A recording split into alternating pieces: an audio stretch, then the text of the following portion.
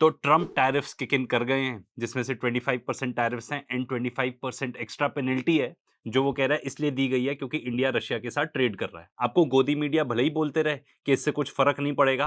And I have the good news to share with you today that actually it will not affect us at all. And that's why I'm saying bring it on, Trump. As the deadline for the tariffs approaches, we have nothing to be worried about. We are doing absolutely fine. We are prepared. In fact, this is a great opportunity for us. And I want लेकिन यहाँ आपको ये बात पता होनी चाहिए कि America Bharat पर जितना टैरिफ बढ़ाएगा उतनी ही महंगाई अमेरिका में बढ़ेगी। असल में ये टैरिफ भारत को नहीं बल्कि अमेरिका में भारत का सामान खरीदने वाले लोगों को चुकाना होगा। रियलिटी इससे बहुत ज्यादा दूर है, बहुत ज्यादा फर्क पड़ने वाला है। खासतौर पे जो लेबर इंटेंसिव सेक्टर्स हैं जैसे कि textile, James and jewellery, leather, goods, food, automobiles, ये सबसे ज्यादा हार्ड हिट होंगे। ये भी बताया जा रहा है कि जो एक्सपोर्ट्स हैं इन पर्टिकुलर सेक्टर्स में वो गिर सकते हैं बाय 70%, 60 बिलियन से 18.6 बिलियन तक। This is huge. साथ ही साथ जो ओवरऑल शिपमेंट्स है to the United States of America वो 43% तक गिर सकती हैं। इसका मतलब लाखों लोग अपनी जॉब्स खोएंगे। इसमें यह भी एक्सप्लोर करना बनता है पॉइंट कि ट्रंप एकदम से एंटी क्यों हो गया इंडिया के। उसकी एक पर्टिकुलर प्रेस कॉन्फ्रेंस उसने की है, उसके साथ साथ एनालाइज करते हैं। Just like India and Pakistan, we're going to end up in a nuclear war if I didn't stop them. You know, it's sort of strange. I saw they were fighting. Then I saw 7 jets were shot down. I said, that's not good. That's a lot of jets, you know. $150 million planes were shot down. A lot of them, 7, maybe more than that. They didn't even report the real number. अब क्या बोलो इस आदमी का, ये basically भूखा है for a Nobel peace prize. क्योंकि अब देखो 2 बार तो प्रेसिडेंट बन चुका, तीसरी बार बन नहीं सकता। अब इसको अपने अवार्ड्स इकट्ठे करने हैं, मेडल्स इकट्ठे करने हैं इसको, ये इसका पर्टिकुलर ऑब्जेक्टिव है। साथ ही साथ ये इंडिया को टॉन्ट कर रहा है। यहाँ पे ये कह रहा है 7 jets were brought down, and ये पहली बार नहीं बोल रहा है, आई बिलीव 2 या 3 बार ही तो बोल ही चुका है। ये इतने तो पाकिस्तान ने भी नहीं क्लेम किए थे, उन्होंने तो 6 क्लेम किए थे। अब यहीं पे इस आदमी का समझ में नहीं आता, कुछ भी बोल देगा ये, तो इसलिए पकड़ पाना कि क्या सही कह रहा है क्या गलत कह रहा है बहुत ही डिफिकल्ट है। Talking to a very terrific man, Modi of India. And they say, what's going on with you in Pakistan? Then I'm talking to Pakistan on trade. I said, what's going on with you in India? And the hatred was tremendous. Now, this has been going on for a hell of a long time, like sometimes with different names for hundreds of years. फिर से वो बात hundreds of years, ये क्या बात हो गई? Conflict जो भी चालू हुई है, of course we know for a fact कि वो 1947 के बाद चालू हुई है। कुछ भी आके बोल देते हैं ये, क्योंकि ये बताना चाहता है कि इतनी पुरानी जंग थी जो मैंने रुकवा दी, तो मुझे लाओ नोबेल पीस प्राइज लाओ, ये कहना चाह रहा है ये। But I said, what's going on? I said, I don't want to make a trade deal. No, we want to make a trade deal. I said, no, I don't want to make a trade deal with you. You're going to have a nuclear war. You guys are going to end up in a nuclear war. And that was very important to them. I said, call me back tomorrow, but we're not going to do any deals with you. Or we're going to put tariffs on you that are so high. You were there, Howard, right? Yeah. You're going to put tariffs on you that was so high, I don't give a damn. Your head's going to spin. You're not going to end up in a war. Within about 5 hours, it was done. It was done. Now, maybe it starts again. I don't know. I don't think so, but I'll stop it. तो भाई यहाँ पे पूरी इतनी कहानी इसका बताने का मतलब ये है कि सीज फायर मैंने कराया।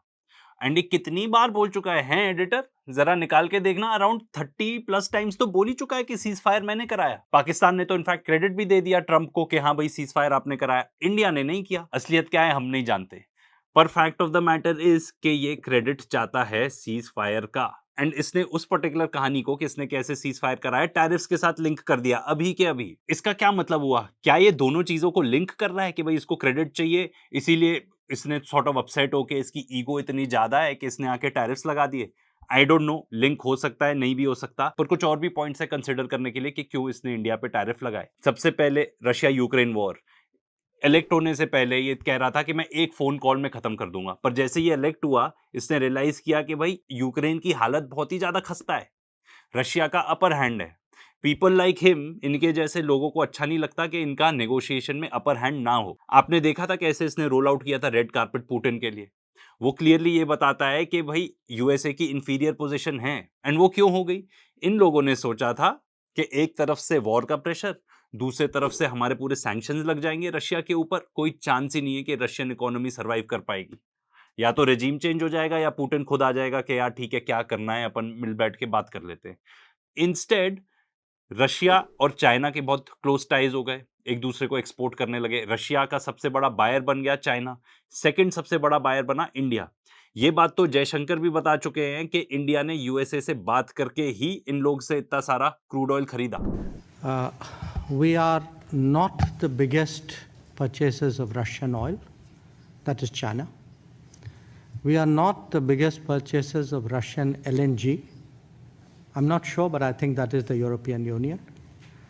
We are not the country which has the biggest trade surge with Russia after 2022. I think there are some countries to the south. We are a country where actually the Americans said for the last few years that we should do everything to stabilize the world energy markets, including buying oil from Russia. And ये बात समझ में भी आती है, क्योंकि अगर आप इमेजिन करो एकदम से आप पूरा जो रशियन क्रूड है वो मार्केट से हटा दो तो क्रूड ऑयल की प्राइस कितनी ज्यादा बढ़ जाएगी, हर जगह प्रॉब्लम हो जाएगी, हर जगह इतनी ज्यादा इन्फ्लेशन हो जाएगी। तो पॉसिबली जो जयशंकर बता रहे हैं कि बैक चैनल से बात हो गई थी कि ठीक है आप लोग इनका क्रूड ऑयल खरीद लो। सबसे बड़ी प्रॉब्लम जो ट्रंप को आज के डेट में है वो ये है कि वो ये पर्टिकुलर वॉर नहीं रुकवा पा रहा। पुतिन बहुत ज्यादा हावी है ट्रंप के ऊपर। तो भाई क्यों हावी है?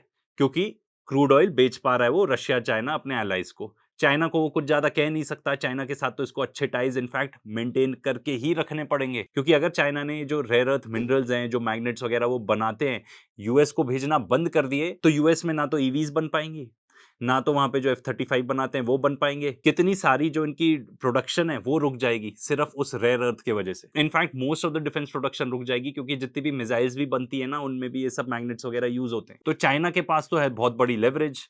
इसीलिए जो हमारे गोदी मीडिया वाले रोते रहते हैं कि भाई चाइना को तो कुछ नहीं बोला, चाइना को कुछ नहीं बोला, इस पर्टिकुलर रीजन से नहीं बोला। चाइना को भी जरूरत है यूनाइटेड स्टेट्स की, ऐसा नहीं है, बट इट सीम्स कि चाइना के पास ज्यादा लेवरेज है। हमारे पास ऐसी एज सच कोई लेवरेज नहीं है। हम ये इस पर्टिकुलर वीडियो में डिस्कस कर चुके हैं, चेकआउट कर सकते हो आप। क्या इंडिया को यूज किया जा रहा है as a pawn to weaken Russia कि ठीक है हम तुम पे टैरिफ्स ज्यादा लगा देंगे, तुम उनसे ऑयल क्यों खरीद रहे हो? एक और पॉइंट जो यूएस बताना चाहता है यहाँ पे वो ये है कि भाई जब हम इंडिया पे इतने टैरिफ्स लगा सकते हैं, जो कि कितने टाइम से हमारा एलाय रहा है, काउंटर बैलेंस रहा है टू चाइना, तो हम किसी पे भी ये लगा सकते हैं। बात तो सिंपल ये है कि अगर इंडिया पे वो टैरिफ्स लगा भी देते हैं, जितना भी सामान इंडिया से जाता था यूएसए, वहां पे घंटा कुछ फर्क नहीं पड़ेगा।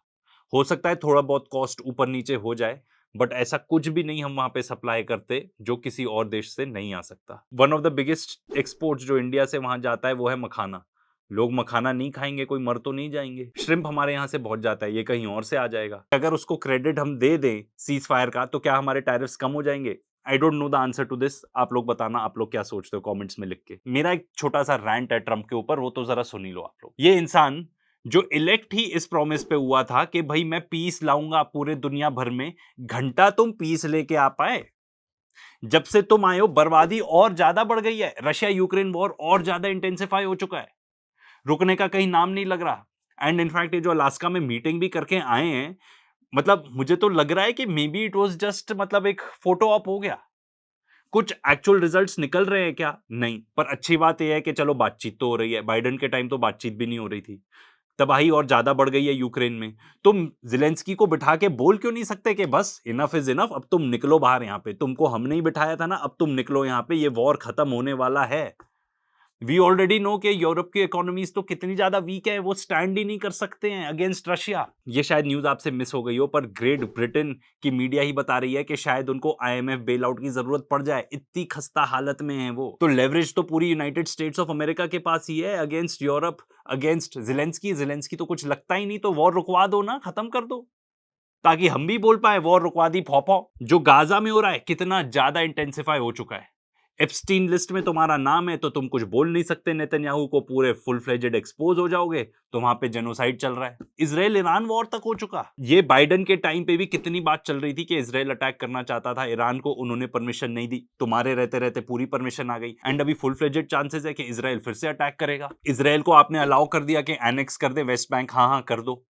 गाजा में पूरा क्लीन अप करने का ऑपरेशन तुमने और ज्यादा उसको चाल दे दी, ठीक है कर लो। येमेन को जाके तुम बॉम्बार्ड करने लगे, फिर दुम दबा के वापस आए क्योंकि तुम्हारे पास मिसाइल्स खत्म होने लगी थी। तो तुम कर क्या रहे हो? पूरा झूठ फरेबी तो फैला रहे हो कि मैं पीस लाना चाहता हूं दुनिया में, कोई तुम्हारे ऐसे इंटेंशन ही नहीं है। या डीप स्टेट इतनी ज्यादा हावी है तुम्हारे ऊपर, एंड एप्स्टीन फाइल्स के दबाव में तुम कुछ भी नहीं कर पा रहे हो। Whatever the reason is, at least जो आपने प्रॉमिस किया था अपनी पब्लिक को, एंड पूरी दुनिया ने भी देखा था कि भाई एक अमेरिकन प्रेसिडेंट ऐसा आ रहा है जो कह रहा है कि मैं वॉर सारी रुकवा दूंगा, पीस लाऊंगा पूरी दुनिया में, वैसा तो कुछ हो नहीं रहा ना। हिस्ट्री बुक्स में आपका नाम एज जेनोसाइड डॉन लिखा जाएगा।